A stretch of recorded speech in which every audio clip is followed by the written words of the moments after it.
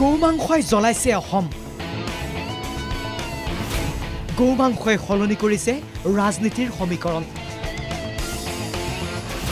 গৌ বিক্ৰীৰ অপৰাধত গুৱাহাটীৰ হোটেল ৰেষ্টুৰাঁত উলমিল তলা।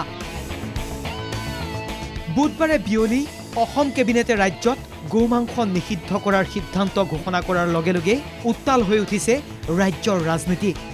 শাসক গোষ্ঠীয়ে এই সিদ্ধান্তক আদৰণি জনাইছে যদিও ৰাজ্যৰ মুছলমান সমাজত আৰু বিৰোধী ৰাজনৈতিক দলসমূহে একেমুখে সিদ্ধান্তক বিৰোধিতা কৰিছে।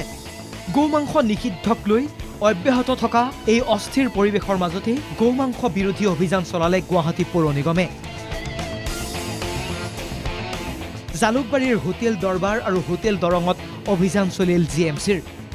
অস্বাস্থ্যকৰ পৰিৱেশত খাদ্য প্ৰস্তুত কৰা আৰু গৌমাংস বিক্ৰীৰ অপৰাধত দুয়োখন হোটেল ৰেষ্টুৰাঁত জিএমচিয়ে ওলমালে তলা।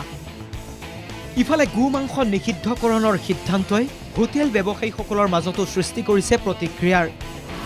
বহু ব্যৱসায়ীয়ে সিদ্ধান্ত লৈছে গৌমাংসৰ পৰিৱৰ্তে মহৰ মাংস বিক্ৰী কৰাৰ। একচুৱেলি ইয়াতে আমাৰ গৰুৰ মাংস নচলে, বেছি মহৰ মাংস চলে। 50% মহৰ মাংস চলাব লাগিব, উপায়টো নাই আৰু দোকানত চলিব লাগিব না আমাৰ। তাৰপিছত আমাক ভাড়া দিব। আনফালে বহু ৰেষ্টুৰাঁ ব্যৱসায়ীৰ প্ৰতিক্ৰিয়া, পূৰ্বে যদিও গৌমাংস বিক্ৰী কৰিছিল, কিন্তু গৌমাংসক লৈ ওলোৱা বিধেয়কৰ পাছতে মহৰ মাংসৰেই চলাইছে ব্যৱসায়। 2021 চনত যেতিয়া অসম চৰকাৰে কেবিনেটৰ সিদ্ধান্ত লৈছিল, তেতিয়াৰ পৰাই আমি এইটো গৌমাংস ব্যৱহাৰ কৰা বন্ধ কৰিছিলোঁ। আৰু তেতিয়াৰ পৰাই আমি ফ্ৰ'জেন বাফেলো, যিটো বাহিৰৰ পৰা আহে, আমি ফ্ৰ'জেন বাফেলো, যিটো ফ্ৰ'জেন মহ, সেই মহ বিক্ৰী কৰা আৰম্ভ কৰিছোঁ। ক'তো গৰু মাংস বিক্ৰী নহয়, ইয়াত পিয়ৰলি মহৰ মাংস বিক্ৰী হয়। শৰণীয়া কবৰস্থান কোম্পানীয়ে আমাক 2021 চনৰ 4 ডিচেম্বৰত নটিচ দিছে।